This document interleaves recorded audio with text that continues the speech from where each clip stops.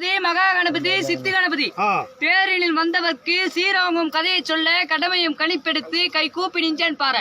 முந்தி பிறந்தவன் நான், முதல் நூல் தரித்தவன் நான், சங்கு பறையனும் நான், ஜாதிக்கெல்லாம் மூத்த வீர ஜாம்பகன் நான், முடிநூல் அடிநூல் தரிநூல் தரித்தவன் நான், அயோத்தி அரசாண்ட உத்தம மகாராஜா ஹரிச்சந்திரனை அடிமை கொண்ட வெட்டியா நான் தான் சுவாமி.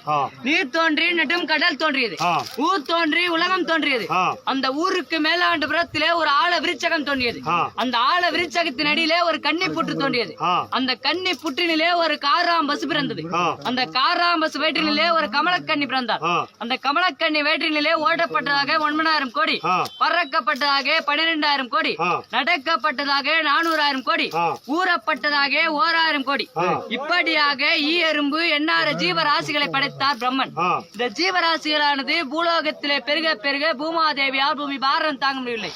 அதனால் பூமாதேவி பிரம்மடன் சென்று சுவாமி என்னால் பூமி பாரம் தாங்க முடியவில்லை, ஏதாவது உபாயம் இருந்தால் கூறுங்கள் என்று கேட்டார். அதை கேட்டு என்னிடம் கூறினால் உனக்கு வந்த உபாயம் கிடைக்காது, கையிலே சென்று சிவரிடத்தில் குறையை சொன்னால் உனக்கு வந்த உபாயம் கிடைக்கும் என்று சொன்னான் பிரம்மதேவன். அப்போது காலால் நடவாமல் காற்றாய் பறந்தோடி கையிலாயம் சென்று சுவாமி என்னால் பூமி பாரமானது தாங்க முடியவில்லை என்று சிவரிடத்தில் முறையிட்டாள் பூமாதேவி. அதை கேட்கும் நேரத்திலே காவனூர் கம்மாள பரர்கள் காராம்பசுவை காலை கட்டி கழுத்து அறுத்து தோலை உரித்தார்கள். அதன் உயிரானதோ எமலோகம் சென்றது. காராம்பசுவின் மாமிசத்தை அனு மண் நீலன் அங்குஜன் இவர்கள் மூவரும் ஒன்றாக சேர்ந்து 5 பங்காக போட்டார்கள். அதிலே முதல் பங்கானதை சிவபெருமான் மனைவியான சிவசக்தி எடுத்துச் சென்றார், 2வது பங்கானதை நாராயணமூர்த்தி எடுத்துச் சென்றார், 3வது பங்கானதை பிரம்மன் எடுத்துச் சென்றார், 4வது பங்கானதை வீர ஜாம்பகன் எடுத்துச் சென்றார், 5வது பங்கானதோ யாருமே எடுக்காமல் இருந்தது.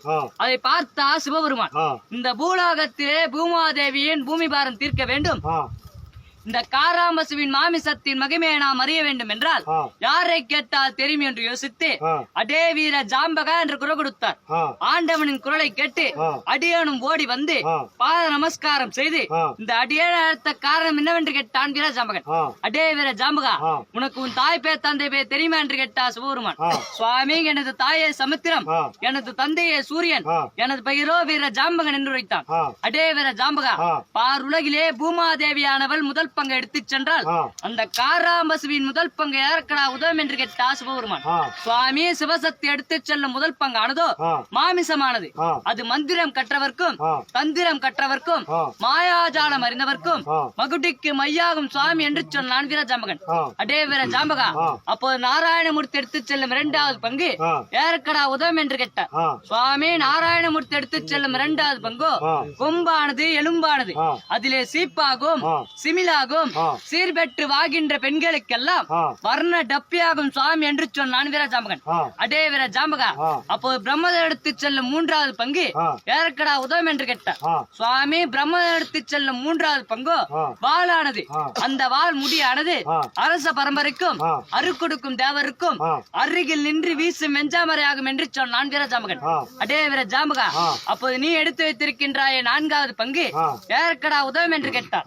சுவாமி, நான் எடுத்து வைத்திருக்கும் 4வது பங்கு தோளானது, அதிலே வாராகும் படமாகும் வண்ண கயிறாகும் ஆசிக்க மேளமாகும் வெங்கல தமுக்காகும் 1000 குதிரைகளுக்கு அங்கு படியாகும் 3000 குதிரைகளுக்கு முதுகு பட்டையாகும் என்று சொன்னான் வீர ஜாம்பகன். அடே வீர ஜாம்பகா, அப்போது யாருமே எடுக்காமல் இருக்கின்ற 5வது பங்கு யாருக்கடா உதவும் என்று கேட்டான்.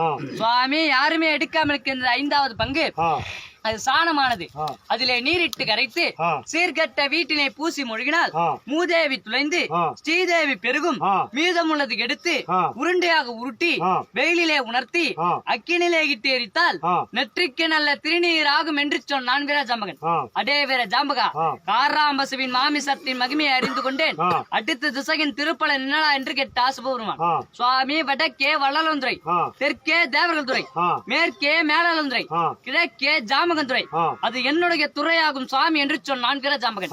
அடே வீர ஜாம்பகா, அப்போது 4 திசைகளிலும் பிறந்த முழுமை என்னடா என்று கேட்டா சிவபெருமான். சுவாமி, வடக்கே மகாபாரதம் பிறந்தது, தெற்கே ராமாயணம் பிறந்தது, மேற்கே தாடவர்கள் ஐந்தார்கள், கிழக்கே சங்கும் சாணார கத்தியும் பிறந்தது என்று சொன்னான் வீர ஜாம்பகன். அடே வீர ஜாம்பகா, கிழக்கே பிறந்த சங்கும் சாணார கத்தியின் மகிமை என்னடா என்று கேட்டா சிவபெருமான். சுவாமி, பிறந்தவுடன் தாய்க்குட்டிய இருக்க சாணார கத்தி பார்வதியும் இறந்த பின்னே ஈம சடங்கை முடிக்க சங்கமே பிறந்தது என்று சொன்னான் வீர ஜாம்பகன்.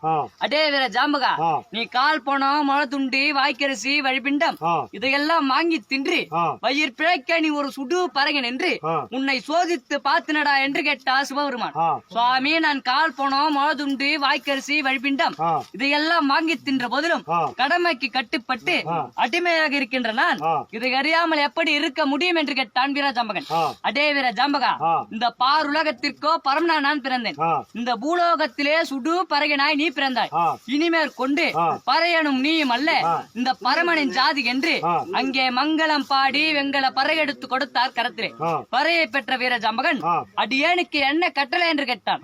8க்கு 16 கோணம் சென்று இரவென்றும் பாராமல் பகலென்றும் பாராமல் பால் பொழிய பூ மலர பழதாரே பழமுதிரே பழமுதிரே பழமுதிரே பழமுதிரே என்று பூலோகத்திலே வீர பறையாளர் சாற்றி வந்தால் வயதானவர்கள் இருந்து இந்த பூமாதேவியின் பூமி பாரம் தீருமடா என்று சொன்னார் சிவபெருமான். சுவாமி, நான் பூமி பாரம் தீர்க்க பறைசாற்ற வேண்டும் என்றால் எதை தின்று எதன் மீது ஏறி எப்படி பறைசாற்ற முடியும் என்று கேட்டான். 5 சாராயமும் அரகல கல்லையும் கலந்து வைத்திருக்கிறேன், அது கருந்தி நான் ஏறும் வெள்ளை மதையானை மீதேறி அமர்ந்து இந்த பாரெங்கும் பறைசாற்றி வாடா என்று சொன்னார் சிவபெருமான். ஐயனின் வார்த்தைப்படி மதுபானத்தை தான் அருந்தி வெள்ளை மதையானை மீதேறி அமர்ந்து அதிகாலை நேரத்திலே காளி கோவலை அடைந்து அம்மனே அம்மனே என்று குரல் கொடுத்தான் வீர ஜாம்பகன். ஜாம்பகனின் குரலை கேட்டு சக்தியோ கண் விழித்து பச்சரிசி பல்கடித்து பராசக்தி எழுந்து நின்று 7 கதவை திறந்து எதிரே வந்து நின்றாள் காளிகாதேவி. சக்தியை பார்த்தவுடன் சாராயம் நிலை மறந்து கால் நடுங்கி கரம் நடுங்கி உடல் நடுங்கி நின்றான் வீர ஜாம்பகன். அடே வீர ஜாம்பகா, வெள்ளியும் முளைக்கவில்லை, விடியற்கால பிறக்கவில்லை, இந்த அன்னை எழுப்பிய காரணம் என்னவென்று கேட்டால் காளிகாதேவி. தாயே, ஆத்திரம் அடைய வேண்டாம். தேவர்கள் ஒன்று கூடி வேதங்கள் பலவும் ஓதி வெங்கல பறை கொடுத்து வீர பறையாட சாற்றி வர சொல்லி விட்டார். பறை சாற்றுவதற்கு கணிப்பில்லாத காரணத்தால் கை சோர்ந்து நிற்கின்றேன் தாயே என்று சொன்னான் வீர ஜாம்பகன். அப்போ ஜாம்பகனின் பாவத்தை பார்த்து அருகே இருந்த வேகமரத்தை எடுத்து அடியும் தள்ளி நுனியும் தள்ளி மீதம் உள்ளதை கணிப்பாக கொடுத்தால் காளிகாதேவி. காளியின் கருணை நான் கணிப்பை பெற்ற வீர ஜாம்பகன் மதையானை மீதேறி அமர்ந்து போய் சேர்ந்தான் கம்மாள தேசம். கம்மாள தேசத்திலே தளர்ந்து பறை சாற்றும் பொழுது வீர ஜாம்பகனின் கணிப்பானதோ தவறி கீழே விழுந்தது. அப்போது ஒரு கன்னி பெண் ஆனவள் குளத்தை எடுத்து கொலகரைக்கு போனா. அந்த பெண்ணை அழைத்து தவறிய கணிப்பெடுத்து கையில் நறுமணி கேட்டான் வீர ஜாம்பகன்.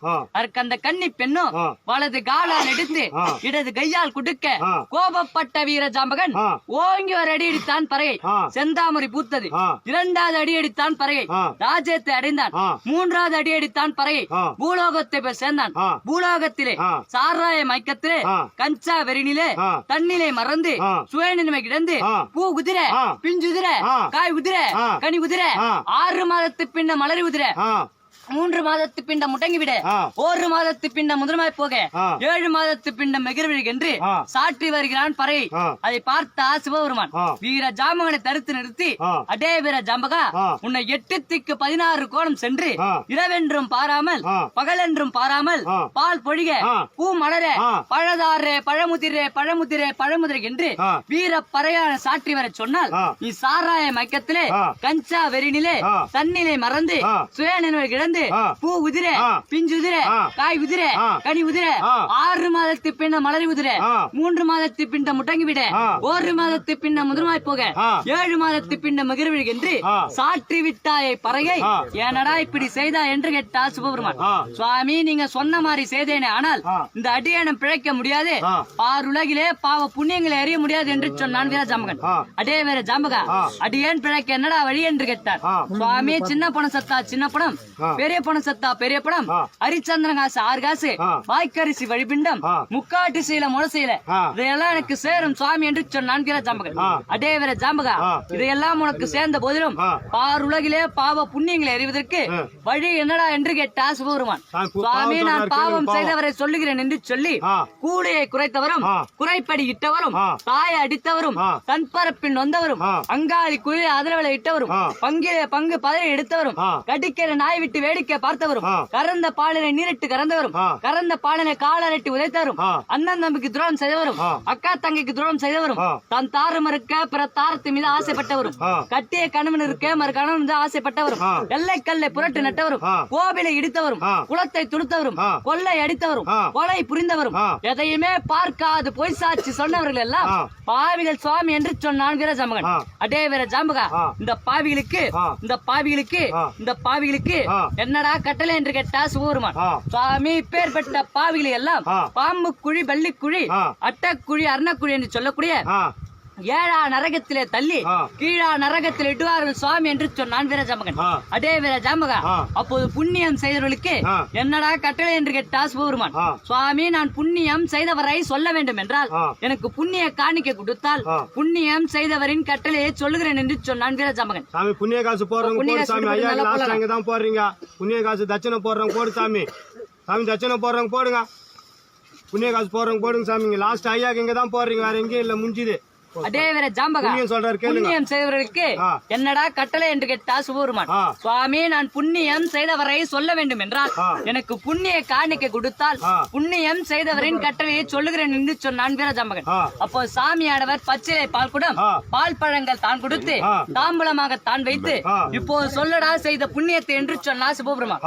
சுவாமி, பாமரம் வைத்தவரும் பூமரம் வைத்தவரும் மயிலேற மதுசூர் கட்டியவரும் தாய் தந்தையை தெய்வமாக நினைத்தவரும் அடுத்தவர் மன வந்தவரும் பசியன வந்தவர்க்கு பார்சோ தந்தவரும் கோதானம் செய்தவரும் வஸ்திரதானம் செய்தவரும் அன்னதானம் செய்தவரும் 32 தான தர்மங்கள் செய்தவரும் நீதி நெறி தவறாமல் அரசாட்சி செய்தவர்கள் எல்லாம் புண்ணியவான்களே சுவாமி என்று சொன்னான் வீரஜாம்பகன். அடே வீரஜாம்பகா, இந்த புண்ணியவான்களுக்கு என்னடா கட்டளை என்று கேட்டா சிவபெருமான். சுவாமி, பேர்பட்ட புண்ணியவான்களை எல்லாம் மல்லிகை மந்தாரை இருவாட்சி கோம் என்று சொல்லக்கூடிய வாசமுள்ள மலரால் அலங்கரித்து உன் பாதத்திலே கொண்டு வந்து சேர்த்தார்கள் என்று சொன்னான். அடே வீரஜாம்பகா, என் பாதத்திலே கொண்டு வந்து சேர்த்தால் என்னடா புண்ணியம் என்று கேட்டா சிவபெருமான்.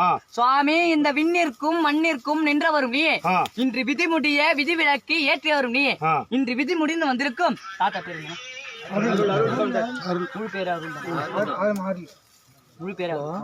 அருள் என்ன சொல்லக்கூடிய நரனை கண்டு அவர் செய்த பாவத்தை நீக்கி புண்ணியத்தை அறிந்து சொர்க்கம் அளிக்க வேண்டும் என்று கேட்டான் வீரஜாம்பகன். அடே வீரஜாம்பகா, பாருலகிலே பாவ புண்ணியங்களுக்கு பரிகாரம் இருக்கிறது என்றால் உன் எண்ணமானது ஈடேறட்டும் என்று எனக்கு வரமளித்தா சிவபெருமான். அந்த ஐயனிடத்திலே வரம் பெற்ற அடியவன் வீரஜாம்பகன் நான் இன்று விதி முடிந்து வந்திருக்கும் அருள் என்னும் நரனை கண்டு அவர் கால் கட்டிய விட்டு கை கட்டிய விட்டு சாலோகே சாமீப சாரூப சாய் என்று சொல்லக்கூடிய 4ஆம் பதவி ஆகிய பட்டையா எம்பெருமான் சிவனடியை சேர்ந்து சிவலோகம் அடைந்து சிவபதவி அடைந்து முக்தி அடைந்து மோட்சம் அடைய வேண்டும் என்று சொல்லி ஆண்டவனிடத்திலே வரம் பெற்ற அடியவன் இன்று மண்ணை வெட்டி வெளிதிருந்தேன், உடலெரித்து உயிர் வளர்த்தேன், சத்தவர் சிவலோகம் போக வாழ்ந்தவர் வைகுண்டம் போக மயானத்தை காத்த ஹரிச்சந்திரா வழிவிடு, மயானத்தை கட்டி காக்க என் சுடலக்காளியை கதவத்திர முன்ன பின்ன பின்ன முன்ன அடி மோளத்தை திருப்பு முகத்தை